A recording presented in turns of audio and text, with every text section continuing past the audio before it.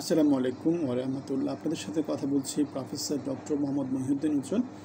বাংলাদেশের অর্থনীতি, রাজনীতি, সমাজনীতি এবং বৈশ্বিক পরিমণ্ডলে ঘটে যাওয়া নানা ঘটনা বলে নিয়ে আপনাদের সামনে উপস্থিত হয়ে কথা বলতে। এখন যেটা নিয়ে কথা বলবো সেটা হচ্ছে, যখনই দেখবেন কোথাও দুজনের মধ্যে হরিহর আত্মা, তখনই দেখবেন যে কোনো এক সময় গিয়ে তাদের মধ্যে দ্বন্দ্ব শুরু হবে। স্বাভাবিক, এটাই হচ্ছে গিয়ে ক্লাইম্যাক্স, রিলেশনশিপের ক্লাইম্যাক্স। তারা ভালো হতে হতে হতে একদম ভালো তো 100 হয়ে গেছে, আবার তাদের মধ্যে সম্পর্কে খারাপ হতে হতে হতে -100-তে নেমে যাবে, এমন একটা ব্যাপার। মানে এটাকে অনেকটা বলা হয় ভোলাটিলিটি, এটাকে অনেকটা বলা হয় যেটাকে বলে উথাল পাতাল সংগ্রামী জীবন। তাহলে আমরা ওই জিনিসটা দেখতে পেয়েছি খুব সম্প্রতি প্রেসিডেন্ট ডোনাল্ড ট্রাম্পের সাথে টেসলার মালিক, পৃথিবীর সবচেয়ে বড় ধনী এলন মাস্কের দ্বন্দ্বের মধ্য দিয়ে। আমরা দেখেছি গত যে নভেম্বরে যে ইলেকশনটা হলো আমেরিকাতে, সেই ইলেকশনে আমরা দেখেছি ডোনাল্ড ট্রাম্পকে মাস্ক প্রচণ্ড রকম করে সাপোর্ট করতে। তার সম্পদ থেকে বিশাল একটা অংশ সে আনরেজিস্টার্ড ভোটারদেরকে দিয়ে ট্রাম্পের পক্ষে নানা রকমের প্রচারণা চালিয়েছিল এবং আদালতের মুখোমুখি হয়েছিল। তবে এখানে একটা আলোচনা ছিল যে মাস্কের নানা রকমের অনৈতিক কার্যক্রমের প্রেসিডেন্ট জো বিডেন বা ডেমোক্রেট নানা রকমের ইনিশিয়েটিভ নিচ্ছিল, এবং সেটা থেকে বাঁচার জন্য তার এখন ডেমোক্রেটদের বাইরে অন্য একজন শাসক দরকার ছিল, এবং সেটা তখনকার সময়ের জন্য ট্রাম্প ছাড়া অন্য কেউ ছিল না। সেজন্য মাস্ক কী করেছে, তার সমস্ত শক্তি, টাকা পয়সা, সময়, নেটওয়ার্ক, তার যেই সোশ্যাল মিডিয়া আছে, যেটাকে বলা হয় এক্স, আগের যে টুইটার, সেগুলো সব তিনি কি করেছেন, তিনি একজন সুপার, যেটাকে বলে আর কি সুপার ডোনার, মানে প্রচণ্ড রকমের যে টাকা পয়সাগুলো, বিশাল অ্যামাউন্টের। আমেরিকাতে প্রেসিডেন্ট ইলেকশন করতে হলে ট্রিলিয়ন ডলার লাগে, এবং সেগুলোর জন্য বিজনেসম্যানরা কী করে টাকা পয়সা নানা রকমের ডোনেট করে। ডোনাল্ড ট্রাম্পের নির্বাচনী ক্যাম্পেইনের মাস্ক যে ডোনেশনটা করেছিলেন, সেটা হচ্ছে গিয়ে বিশাল সুপার অ্যামাউন্টের ডোনেশন ছিল, এবং সেটা সফলতা আমাদের ট্রাম্প পেয়েছে, এবং মাস্ক সেটাকে কীভাবে উদযাপন করছে আমরা সেটা দেখেছি। একেবারে এরকম করে বুকে হাত দিয়ে এরকম করে আপনারা দেখেছেন। এটা যেটাকে বলে আর কি, এটাকে বলা হয় যে নাজি মানে হচ্ছে গিয়ে জার্মানের যে হিটলার যারা ছিল, তারা এভাবে বিজয় উদযাপন করতো। সুতরাং মাস্ক সেভাবে উদযাপন করেছে, এবং ট্রাম্পও মাস্ককে নানাভাবে সহায়তা করেছে। কীভাবে সহায়তা করেছে, তার যে স্পেস এক্স কোম্পানি আছে, তার যেই ইলেকট্রিক বাইকের কোম্পানি আছে, সেগুলার সে কিনে পিআর করেছে। পিআর মানে হচ্ছে জনগণের মধ্যে বিজ্ঞাপন দেওয়ার চেষ্টা করেছে, সরকার থেকে নানা রকমের ডিল দিয়েছে, এবং মাস্ককে একটা মন্ত্রিত্ব দিয়েছে, যেটা হচ্ছে doji, department of government efficiency, একটা ডিভিশনে দায়িত্ব দিয়েছিল। এই যে জানুয়ারি থেকে এখন তো জুন পর্যন্ত মোটামুটি 130 দিনের একটা ব্যাপার ছিল, এটা অস্থায়ী নিয়োগ ছিল।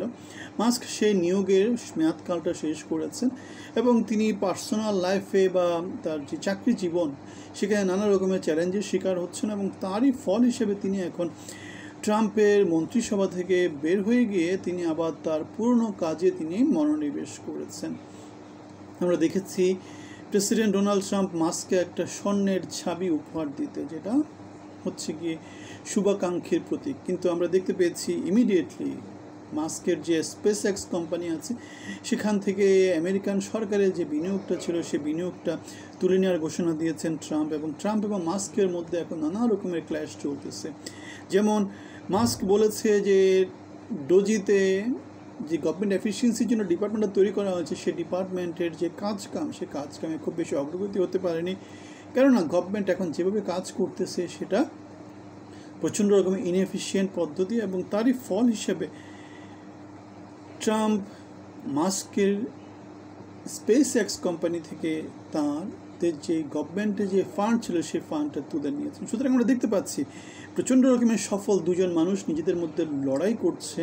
এখন এই লড়াইতে কে জিতবে, যার পজিশন থেকে সে জিতবে। যেমন ট্রাম্প তো প্রেসিডেন্ট হয়ে গেছে, মাস্ক এখন সবচেয়ে শীর্ষধনী। ট্রাম্প কিছুদিন পরে হয়তো বা যখন প্রেসিডেন্ট থাকবে না, মাস্ক হয়তো বা আমেরিকার প্রেসিডেন্ট পদে যেতে পারবে কি না সেটা প্রশ্ন আছে। তবে তার জন্য সম্ভব না, কেন সে আমেরিকার জন্মগত নাগরিক না, সে আমেরিকার প্রেসিডেন্ট হতে পারবে না। সুতরাং মাস্ক এখন কি করে সেটাই দেখার বিষয়, কেননা মাস্ক হচ্ছে বেসিক্যালি দক্ষিণ আফ্রিকার জন্মগ্রহণ করা একজন কানাডিয়ান সিটিজেন। সুতরাং সে তার ধনসম্পত্তি দিয়ে কোথায় কি করে, এখন এই দুজনের ক্ল্যাশটা কোথায় গিয়ে দাঁড়ায় সেটা এখন দেখার বিষয়। আমরা আশা করব দুজনই বুদ্ধিমান মানুষ, দুজনই আলফা, দুজনই প্রচণ্ড রকমের পরিশ্রমী মানুষ, প্রচণ্ড রকমের সফল। সুতরাং তারা জানে যে যুদ্ধে কখনো সফলতা আসে না। তাদের এই দ্বন্দ্বটা খুব বেশি দূর যাবে না, খুব বেশি দূর যাওয়ার কোনো সম্ভাবনা নেই। আপনারা কি মনে করেন? আমরা যে আলোচনাটা করেছি সেখানে আপনারা কোন জায়গায় ভুল দেখেছেন বা আপনাদের মতামত কি? আপনারা কি মনে করেন এটা রাজায় রাজায় যুদ্ধ হবে, নাকি এটা আবার মিটমাট হয়ে যাবে?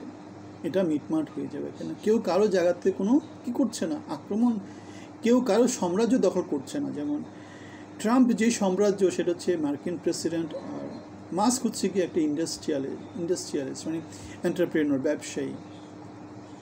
আবার ট্রাম্পের যে বিজনেস সেটা হচ্ছে রিয়েল এস্টেট টাইপের বিজনেস, নানা রকমের হাই এন্ডের প্রোডাক্ট তৈরি করে। আবার মাস্কের যেটা সেটা হচ্ছে টেকনোলজি ওরিয়েন্টেড বিজনেস। সুতরাং কেউ কাউকে কোনোভাবে ইনফ্লুয়েন্স করছে না, সুতরাং তাদের মধ্যে যুদ্ধ হওয়ার কোনো সম্ভাবনা নেই। আবার প্রেসিডেন্ট, আমি যেটা বললাম যে মাস্ক কখনো যুক্তরাষ্ট্রের প্রেসিডেন্ট হতে পারবে না, কেন সে জন্মগতভাবে আমেরিকান সিটিজেন না, আমেরিকান বর্ন সিটিজেন না। সুতরাং সে আমেরিকার প্রেসিডেন্ট হতে পারবে না। সুতরাং এই গ্রাউন্ডেও তাদের মধ্যে কোনো ক্ল্যাশ নেই। সুতরাং তাদের মধ্যে যে দ্বন্দ্বটা হয়েছে সেটা স্বাভাবিক, দুজন পার্সন যারা হচ্ছে আলফা মেল, প্রচণ্ড রকমের সফল, সেখান থেকে just happening for nothing. So আপনাদের মতামত জানাবেন, ভালো থাকবেন, সবার জন্য অনেক অনেক শুভকামনা। আমরা একটা ব্যানারে কথা বলি, মানবিক বাংলাদেশ, জনগণের বাংলাদেশ। আমাদের সাথে আপনাদের অংশী হওয়ার জন্য আমন্ত্রণ থাকলো, সবার জন্য শুভকামনা।